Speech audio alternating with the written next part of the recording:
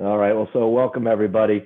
It is good to see everyone, and we are going to just kind of not bury the lead. I am planning on trying to get everyone together in person for the July event. So this it won't be our last virtual because I think this allows more folks to engage sometimes, but we will try to do at least something in person or some sort of a hybrid for our next meeting because we are starting to emerge out of the situation we're in, which, as everyone knows, when we do our events, that's great news for us.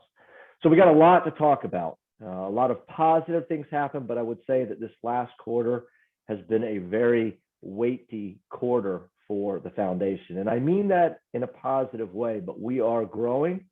The crisis is the international crisis. Remember, we jumped in Afghanistan last year. You're going to hear some more things this year about how we're supporting. You're going to hear Gina talk about Ukraine. Combine that with some significant growth opportunities.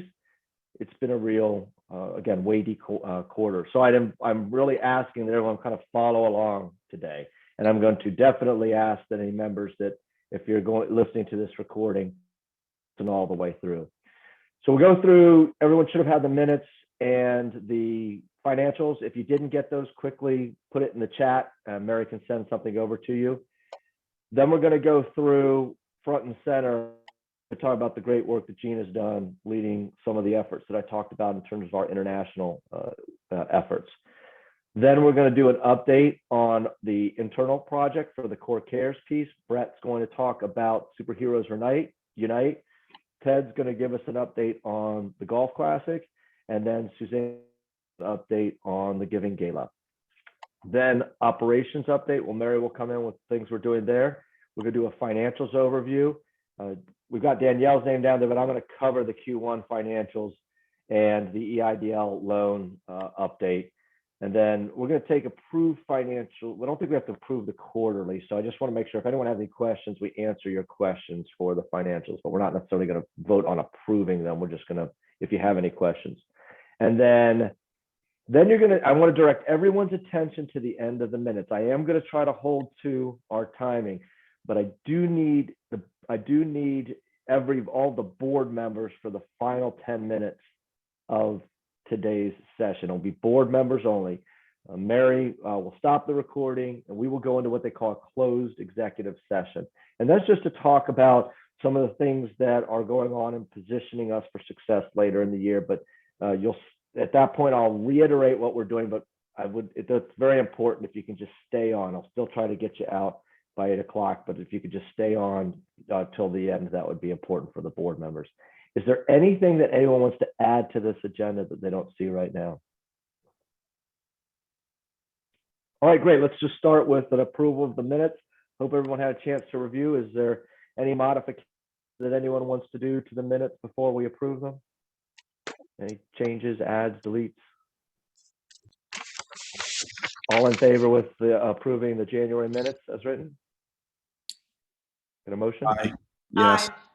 Okay, there's a first. I'll say whoever said aye first, which was Phil first, and then the second was that. Who was that? Jen, Danielle. That's a second. Then all in favor say aye. That's Jen. Okay, Jen. Aye. Any opposed? All right, everyone's good with tonight's agenda. Yep. Good. Okay. Yep. All right. Let's go to the next slide. So should be on. There we go.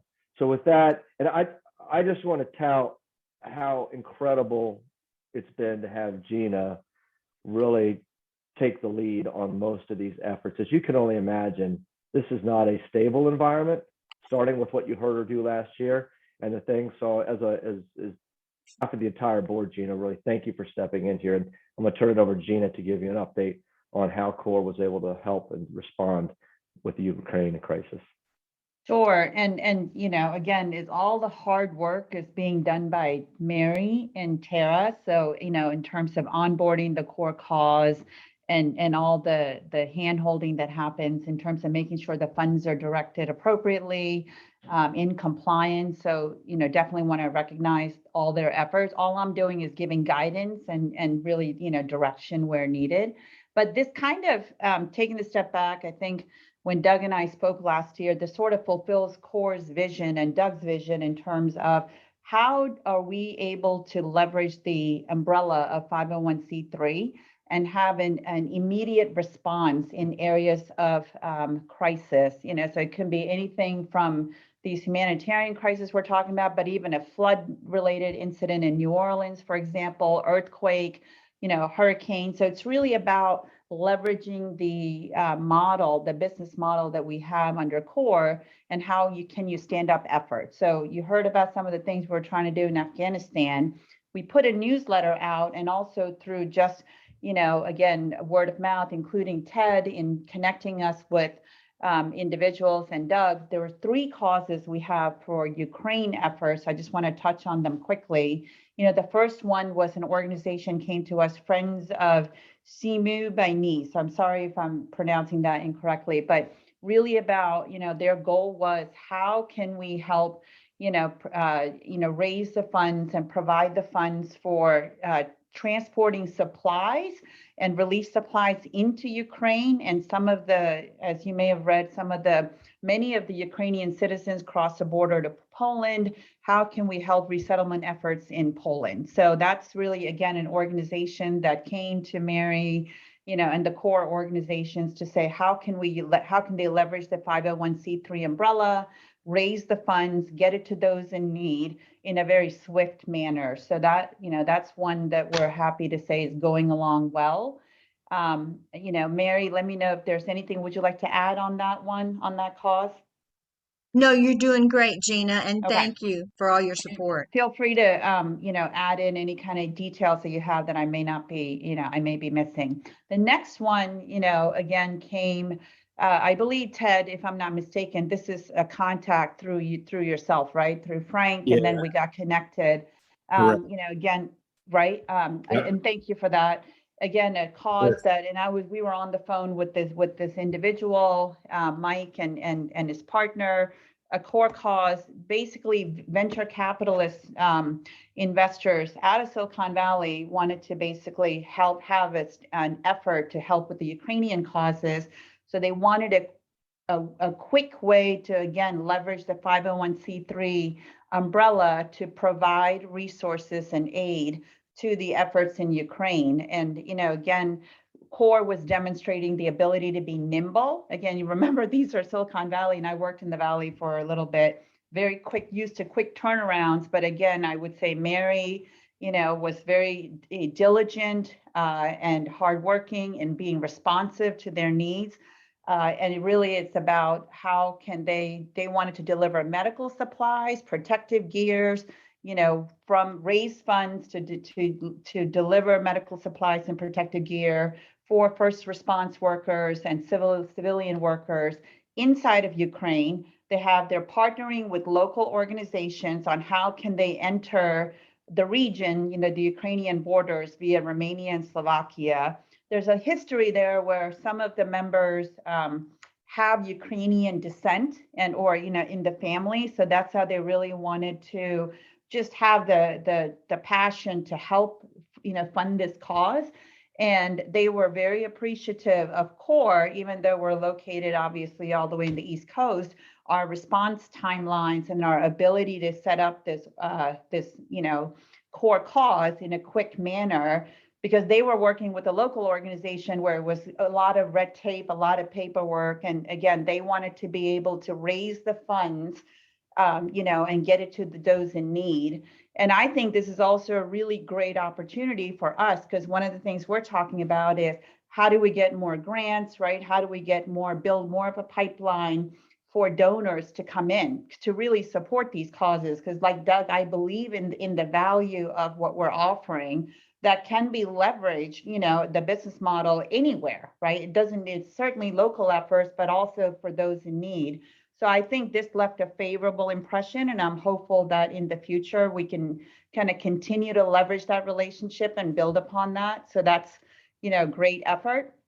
that we're, happy. And again, thank you to Mary for this. I mean, there's a lot behind this, like OFAC screening, legal agreements, bank statements, dealing with international borders, a lot that's new for, especially core to deal with. And again, navigating through those complexities and working through them, Mary did a very great job. And I appreciate Doug to be responsive when we needed, quick turnaround times. And so we were able to get those off the ground, and obviously Tara as well, with all the effort. So this was a great way to demonstrate the capabilities of the core. And then the last one I'll touch on, CK Fund. They're already a local core cause, but they saw, I guess, a newsletter where we talked about the efforts that we did in Afghanistan.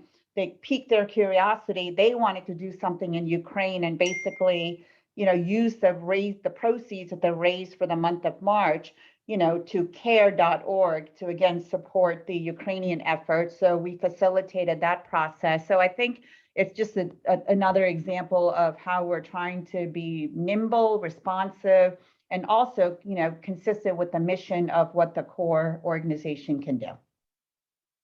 Excellent. Any questions for Gina? Mary, can I share my screen for a second? Sure. So I'll give it back to you. So I wanted to share everybody with this. You heard what Gina was saying. This is the website. And it's, look at where they've placed Core Foundation, right? You even just come down here. They're doing all this work, but they now have this partnership that allows them to get resources from their friends and supporters in the US. And I want everyone to, I want to be sure, I know we say this every board meeting, listening for those new, I want to be, the distinction here is very important. Core doesn't raise money for Ukraine, right? So when there's a crisis, we don't go out, raise money or send water. What we do is we activate and energize citizens that are passionate about supporting. So for example, a Ukrainian restaurant that doesn't have a 501c3, they don't want to start a 501c3, but they have a huge network that absolutely wants to help in this crisis. They could wait 6 to 9 months to do it correctly. They could find some 501c3 partner, then put money in there and then try, or they could become a core cause almost within a week and then direct their energy and passion to help that crisis, whether it's Afghanistan, Ukraine. And so that's what I want this board to understand, is that we're not expanding our mission to do all these different things. What we're doing is we're activating passionate leaders in the community to be able to help out in these situations. And that, when you heard from the Silicon Valley story, is what really provides the value. They can work quickly, they can activate. And Gina and Mary and Tara just did an enormous, because this was new, what Gina was being very humble about, this was new territory for us on this one, in terms of contracts and liabilities and getting our attorney involved to make sure. And of course, when you're dealing with the Silicon Valley, they're very familiar with all of these clauses and terms. And so there was a lot of work. At the same time, we still got this done in a time that the need is met by some of the resources that could be sent over. So such a great story to share. And, for those of us that have been on for the last 16 years, hopefully for the new folks too, it was really emotional to see Core Foundation highlighted on a Polish website that is instrumental in helping the Ukraine folks. That's excellent.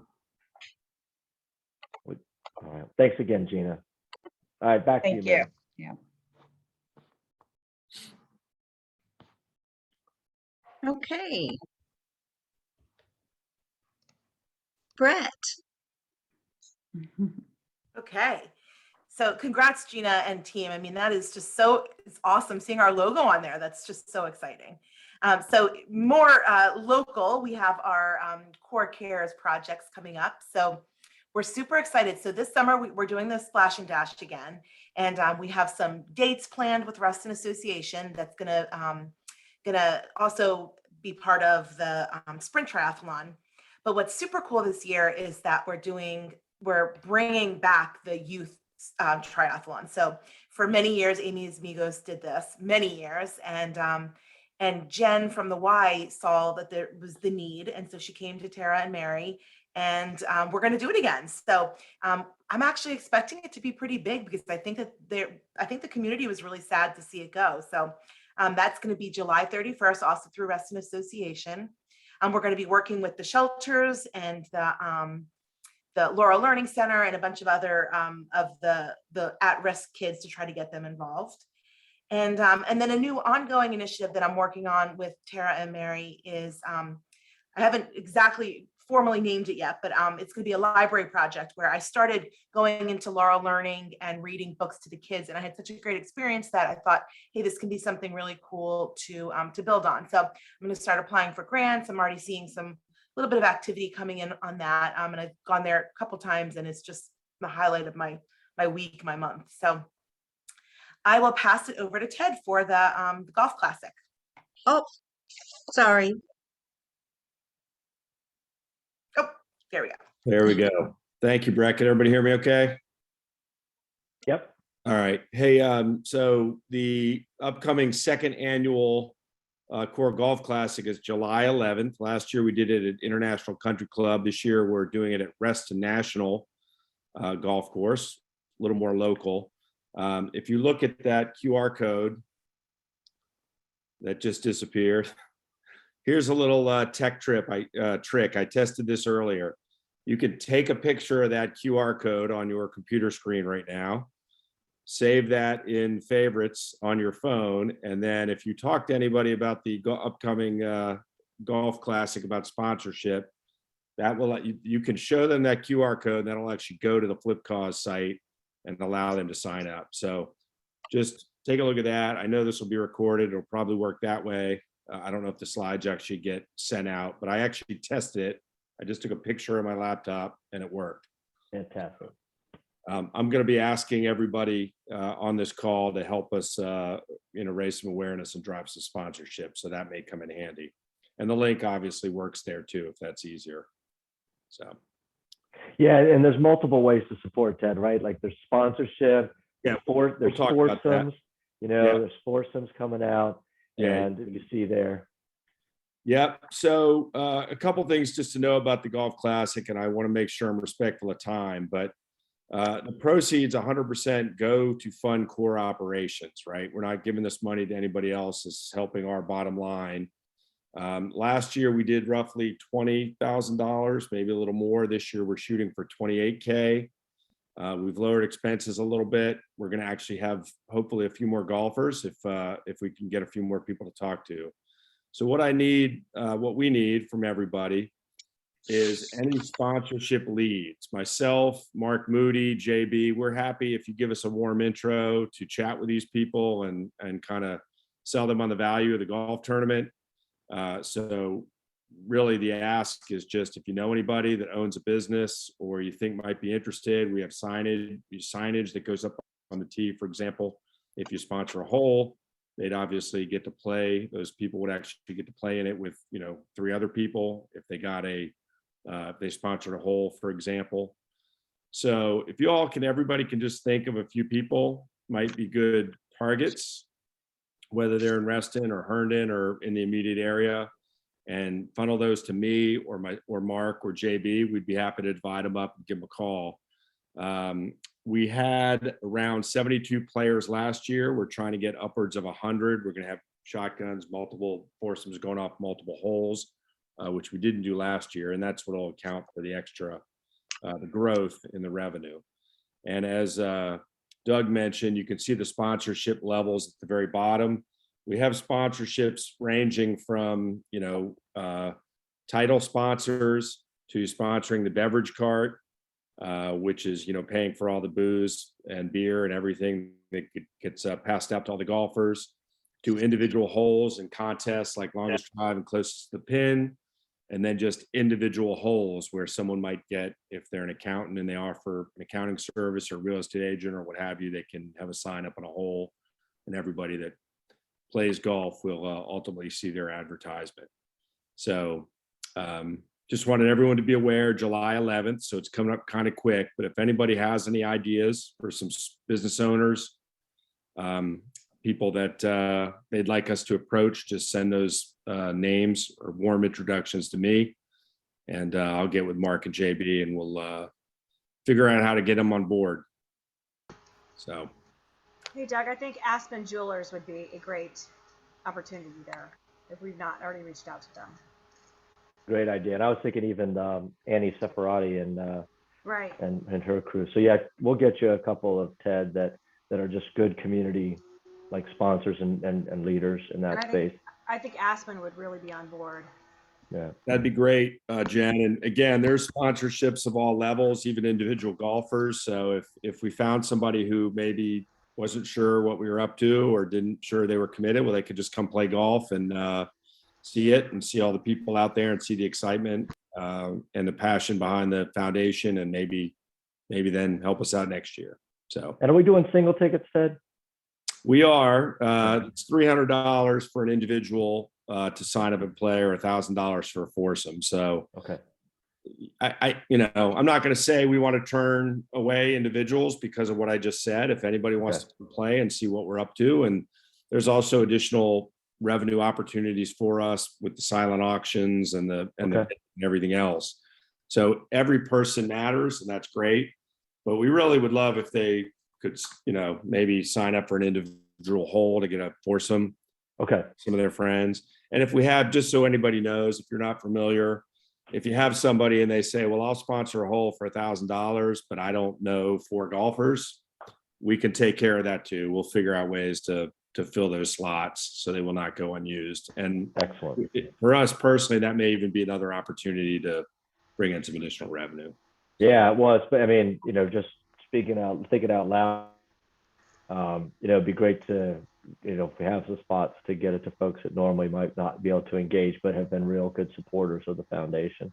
Absolutely. We got a couple different ways we can handle that, Doug. If we can donate those individual spots back to people that we care about who have been supportive, or we could, donate those to others. Okay. Various Excellent. reasons. So there's a lot of flexibility there. We'll take care of, the bottom line is we'll take care of matching up those spots to whomever might want to play based on what we think is the best use of that spot.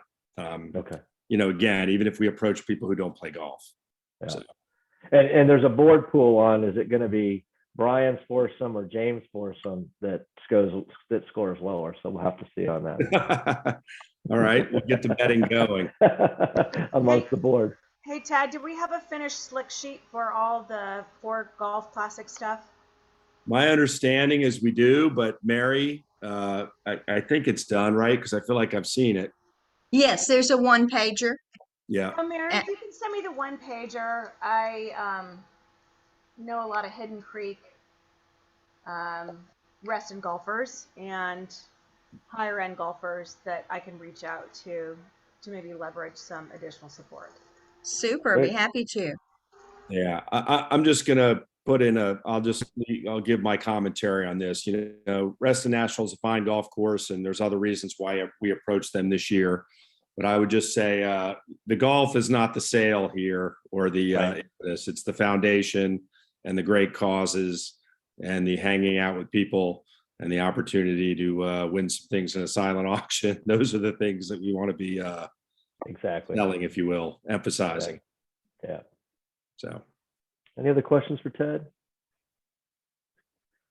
So Ted, just grateful for your leadership here. And you heard Ted mention a couple names like Mark Moody and John Brennan, who really have really put a ton of work into this. And this is critical as we grow. Growth requires resources. So unlike some of the other, we talk about the great work we're doing in Ukraine and Afghanistan. Well, in fact, the Ukraine one, Gino, I guess we should mention we didn't charge. There was no fee other than any hard costs that we didn't incorporate our normal model. We waived that because it is a crisis. It's the right thing to do.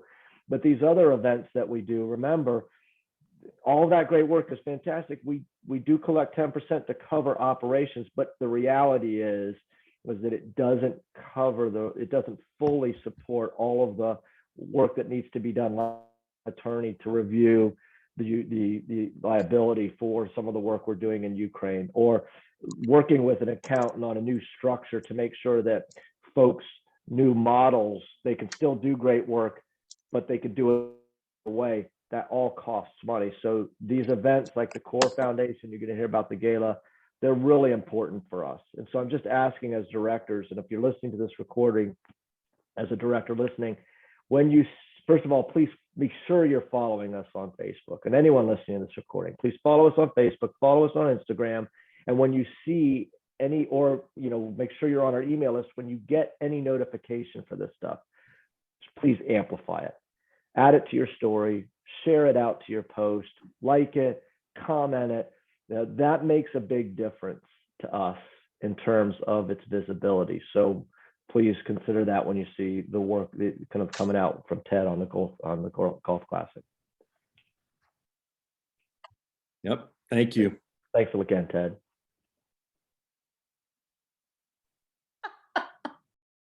Suzanne.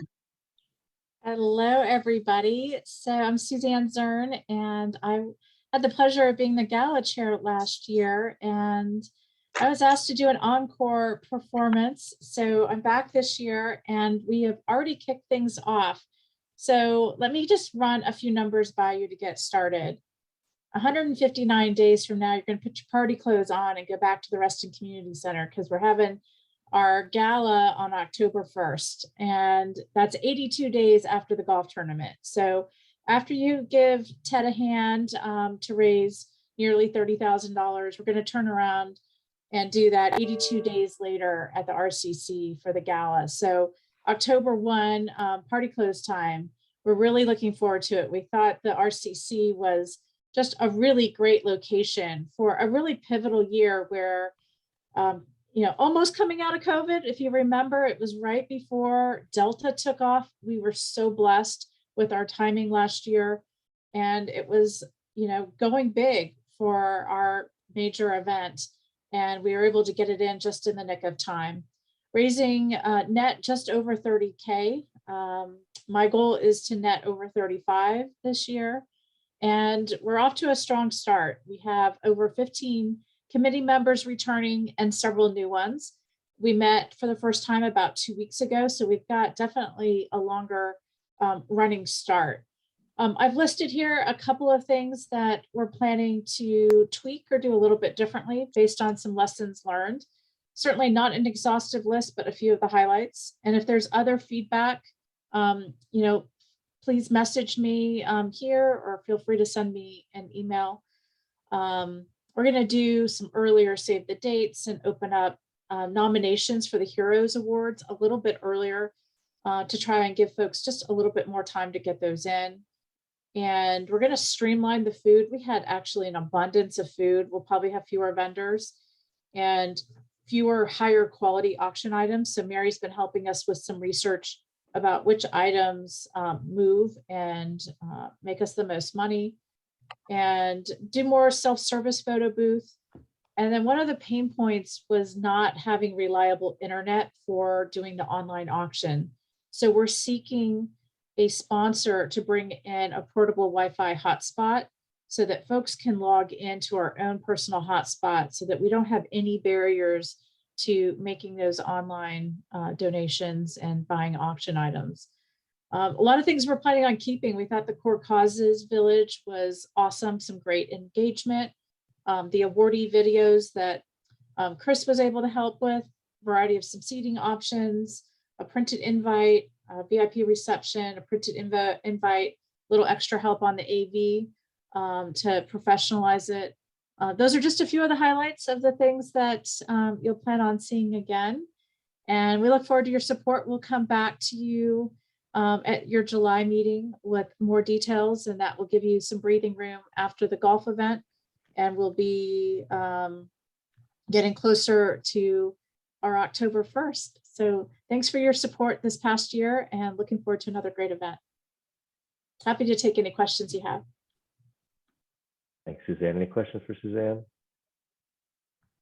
I'll just have a comment. I thought I thought the community center is a great location. I thought last year's went really well. So I'm glad we're back there. I think that's really fits the, I don't know, just really fits the vibe, in my opinion. Absolutely. And again, it's the heart of the community. You know, like we're back, we're in at Reston, we're the community. And I would just, you know, Tara, some may have noticed that I don't think I Tara's wanted her not on not. tonight. Exactly. And that's, I forced her not to be. So because Kaylin's down cheering in Orlando and she's at Disney, and she would have been, but I told her absolutely not. So although it wouldn't surprise me if she still hopped on, but I just want to share, again, that we come to the board, we see this in great work. The team, the things they have to do, Tara had to wait in line before the doors opened just to be able to make sure that we could reserve this spot, right? Because there's, coming out of COVID, getting facilities, there's such demand. So I think I just wanted to highlight all of the work for every one of these things that tends to happen. And that's a story that just shows how the staff, they go above and beyond to make sure that we can make this happen in October. And Suzanne, I'm so glad that you're back with us, and I really appreciate the update. And I would like to add, if I may, that we had so much help last year. So many great volunteers showed up and pitched in and did whatever. We might consider actually creating a bit of a sign up for this, because I think we needed more hands than we probably had, and it was a little bit frenetic, and that might ease the pressure on Suzanne and Tara, who were kind of at the top of the chain there. On the day of, Jen? Yeah, I think day of. I think it's really it Right. was the day of labor that we really needed. And again, we had great people there that helped and did a lot of stuff. But I think it would be great to know that we have that in our pocket going into that. I think that would relieve a lot of stress on some people. And we did have a sign up for day of. I think one of the takeaways is we needed more people to sign up. And part of the complexity was self-imposed, to be honest. We had a lot of unique food donations coming in, and the hands to manage all of that and set all of that up. Remember, we didn't pay for a lick of food. So, but it took a lot of hands and volunteers to manage all of those donations coming in.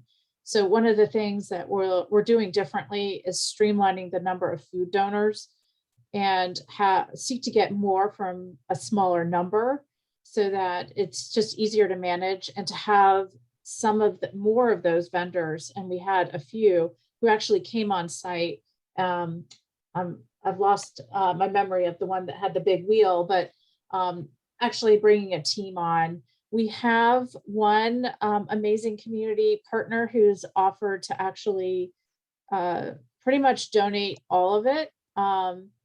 We'll see. There's a few details to work out, so I don't want to spoil that quite yet. There's a few things that need to happen for that to all come together, but we're on the right track. And now that we know how many hands it took to set that space up, we can add more people. And we also got a little bit more time to do the setup. So keep those ideas coming in so that we can definitely ease the pain and enjoy a great evening. Andy, thanks That's again, great. Suzanne. Thank you. Okay, looks like time for operational updates. And I'd like to provide updates for the sustaining core concept that was discussed back in January. So I'm going to go by bullet points. We have now transitioned Reston Sprint Triathlon to an internal project, with CORE being the beneficiary of a greater portion of the charitable proceeds generated by this event. Future reporting to the board of CORE's financials will group CORE internal projects separately from the CORE cause accounting to provide a more accurate snapshot of our organization's financial position. So that's something to look forward to. We continue to increase our number of larger projects, which is critical to CORE sustainability. In addition to the Ukraine relief causes that Gina introduced earlier, we have also onboarded a new cause, Friends of Eleanor Lives, which is a large fundraising project for a California benefit corporation, Eleanor Lives. The revenue raised will fund their well-planned December 2023 75th anniversary celebration of the Universal Declaration of Human Rights that was passed by the United Nations in 1948, with Eleanor Roosevelt as the chair of the UN committee. The charitable aspect of this celebration is focused on education, as the UDHR is required curriculum for California public schools. So the Friends of Eleanor Lives, along with the Ukraine humanitarian relief projects, are all testaments to CORE's goals of broadening our outreach both nationally and internationally as well. I wanted to speak a bit about the annual partner program. Tara has created an ingenious annual partner program that provides year-round sponsorship opportunities which span all of CORE's events. So no matter what time of year a partner commits, the sponsorship perks will be in effect for a full year for them. So they can come in any time of year. They come in October, for example. Their year's perks will include, depending on their level that they purchase, for example, logo on the RST t-shirt. Moving on, in Q1, we have successfully increased our engagement with our core cause leaders through our improved and now monthly insightful newsletters that contain not only reminders of required operating procedures, but also guidance on fundraising and instructions on preparing grant requests. This month, April, Doug will add a survey in the newsletter that will be used to guide our customer service and our goals for continuous improvement. We continue to expand our risk assessment process. The first half of 2022 is dedicated to cybersecurity exercises, which have already implemented prevention measures and produced documentation that will allow CORE to quickly identify what actions need to be taken in the event of a cyber attack on our network. This documentation also provides necessary details required for effective succession planning. And finally, CORE continues to increase our level of transparency and accountability, as evidenced from our 2022 platinum level nonprofit status awarded by GuideStar, which is now known as Candid. That's my story. Excellent. I didn't know GuideStar changed. I will say that I can't tell you how many times when I mentioned that or platinum at GuideStar, now Candid, that gets, that gets some good feedback. Danielle, is that a question? That is a question. I'm in grade school. I love it. Mary, if you could talk about two items. So just if you could elaborate, Friends of Eleanor Gives, can you confirm that they'll be paying the fiscal sponsor fee? Yes. The full 10%? Yes. That's fantastic. And I just want to make sure everyone realized that. And then you have something in here, ensure compliance in each state. Is this touching on our charitable solicitation registrations in each state? Correct. And so right now we are focused on Virginia, California, and DC, and we will add more as we need to. So we're focused on it, but do we have Yes. registrations in place? We have registrations in place for Virginia, and we have them in process for California and DC, and we are in compliance with California. Their rule is application must be made within 30 days of receiving the first donation, which the clock started ticking on Easter Sunday. Fantastic. That's really great to hear. Excellent. And I think, Danielle and Mary's response highlights civilians can't do this, right? In other words, they want to help out. And so they go out and they raise money. They're not thinking about that they've got to file an application to raise money. And so this is just increasing the value add that we can help folks that don't want to run an organization full time. They just want to do good work.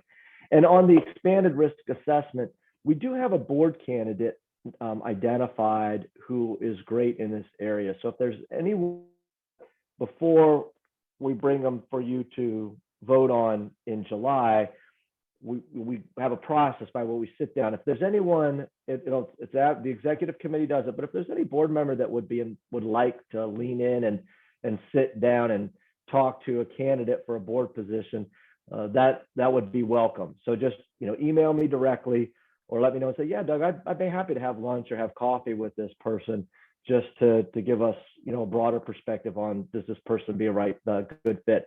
And that'll really help us, because we don't have a CIO, right? We don't have a dedicated, and we couldn't afford a CIO at the talent that we need right now to get to where we want to be. And so the fact that, and this candidate has already leaned in with pro bono services and some guidance here, and having that person sit on the board and guide us with some of the technical aspects of some of the things we do, and we think would be real value. So if anyone wants to help with that, please let me know. Thanks again, Mary. Okay. Real quick, Mary, Doug, and Danielle, one thing to highlight on the Ukraine cause, the last one we onboarded from Silicon Valley, Mary, we are charging a fee, correct? But it's a tiered pricing and it's lower than our standard 10%. Am I right on that? Yeah. Yes. Yeah. Okay. So just so everybody knows, because there is a lot of work involved and we are charging, but it's just a lower amount than the standard 10%. Okay. Go ahead. All right. Thanks, Thank Gina. you. Good call out. Okay, so I'll just open up the financials by saying that I did send the documentation to the CPA today to begin the 990 preparation. And this does feel like it's late, but for core, it's very early. And we have a commitment for next year to have this done by the end of January.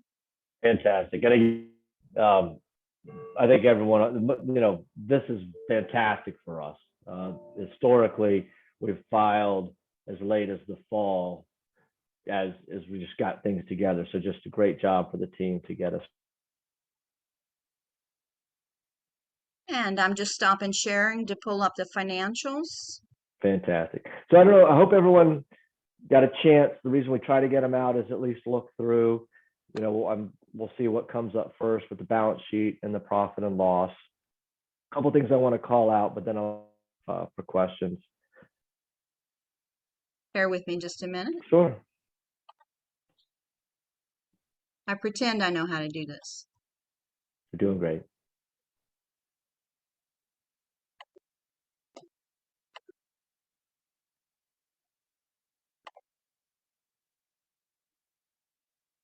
I feel like I need a drum roll. All right, coming up now.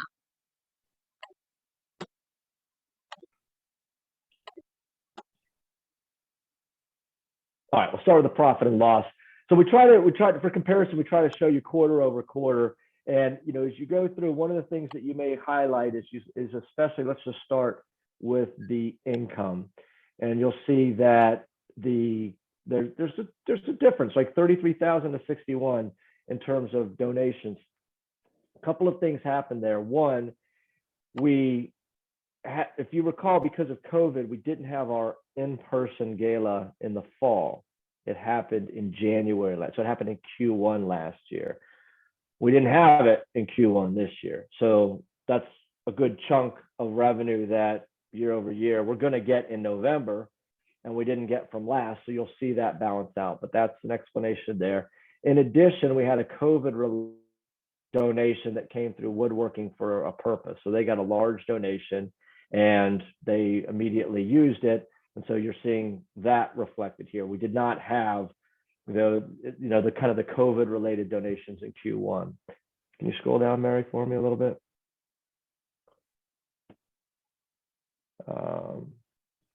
Payroll expense, as you recall, we made some decisions at the end of last year that you're going to see about a 20% increase there. We'll continue to see that increase year over year through the year, not each quarter, but in other words, because it's an annualized increase, we're going to continue to see that there. Can you scroll down a little bit for me?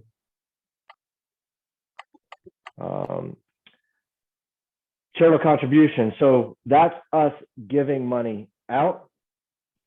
And remind me, Mary, that was at the Woodworking for a Purpose? Yes. Okay. And So, HHK also.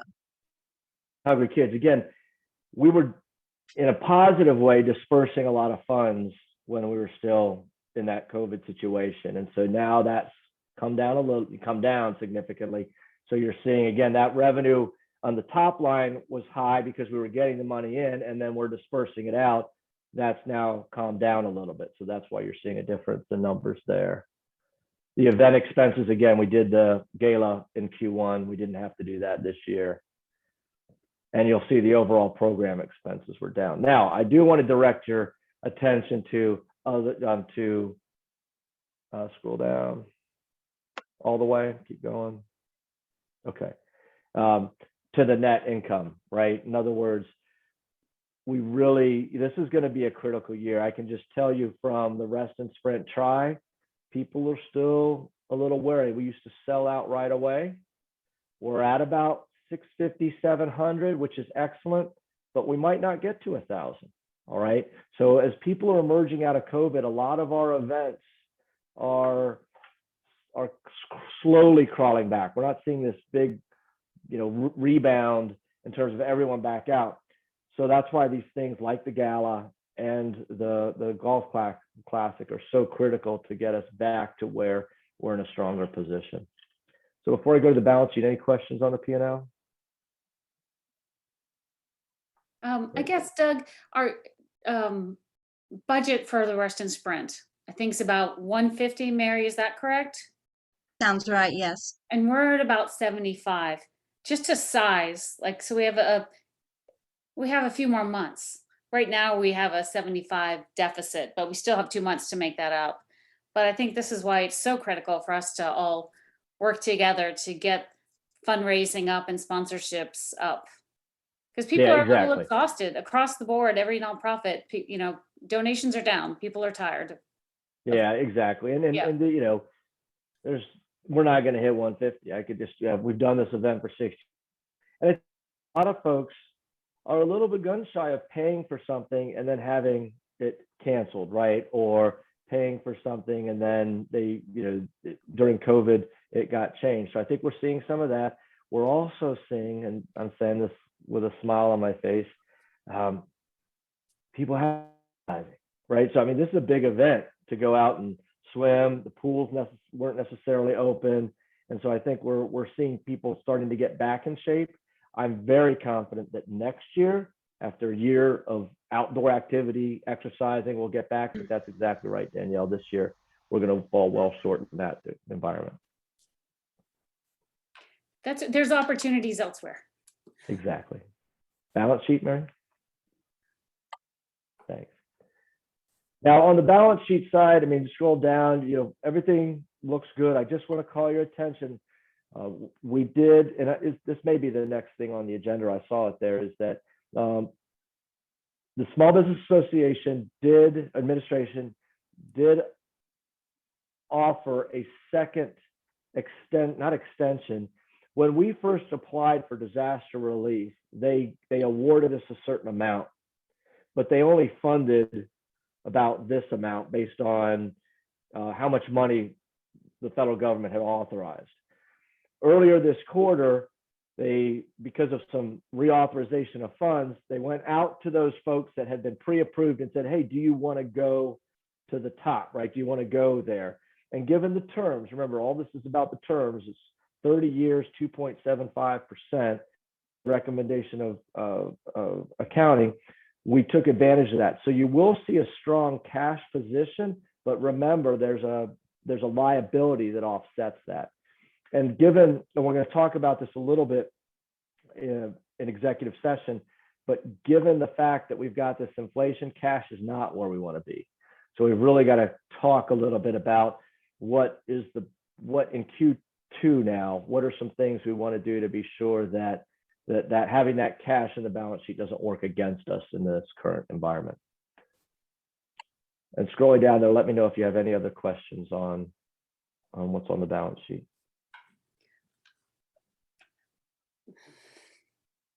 Doug, I have a question. So we do have some cash sitting in the Core Foundation. We have 100,000 at Vanguard, and then we have the loan of, I'm not doing math very quickly, 229, 290. I'm sorry.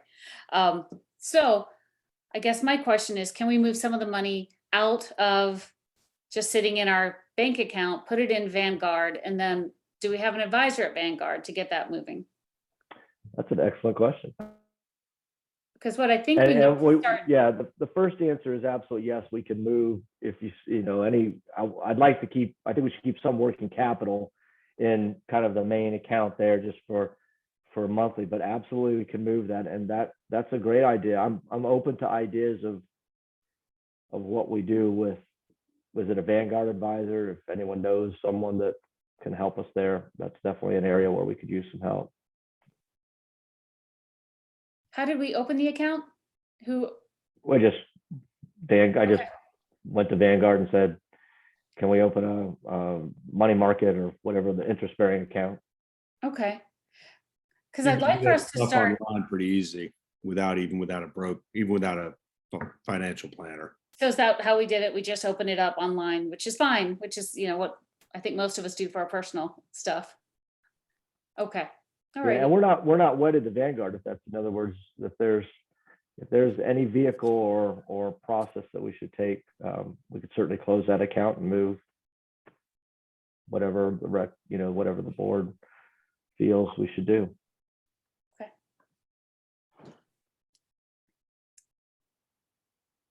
But it is something I'd like to do in Q2. So Danielle and I can talk about it, but if there's any board member that likes that kind of thing and would like to lean in and kind of either help research or knows some ideas, we'd certainly welcome that. All right. Thanks, Mary. Where All to right. next, Doug? It? Back to the Whatever. deck? Yeah.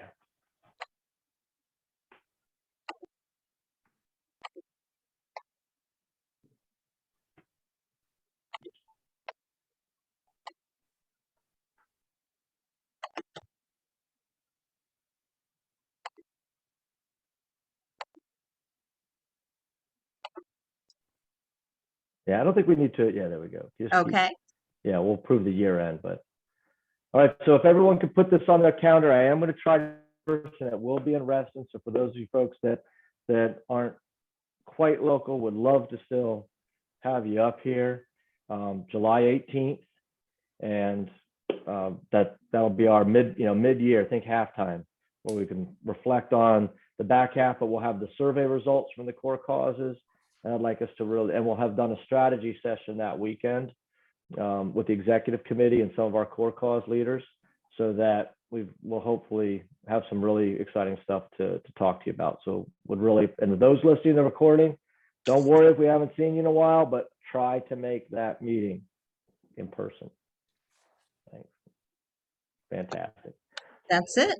All right, so before Mary leaves and Suzanne, just want to say thanks so much.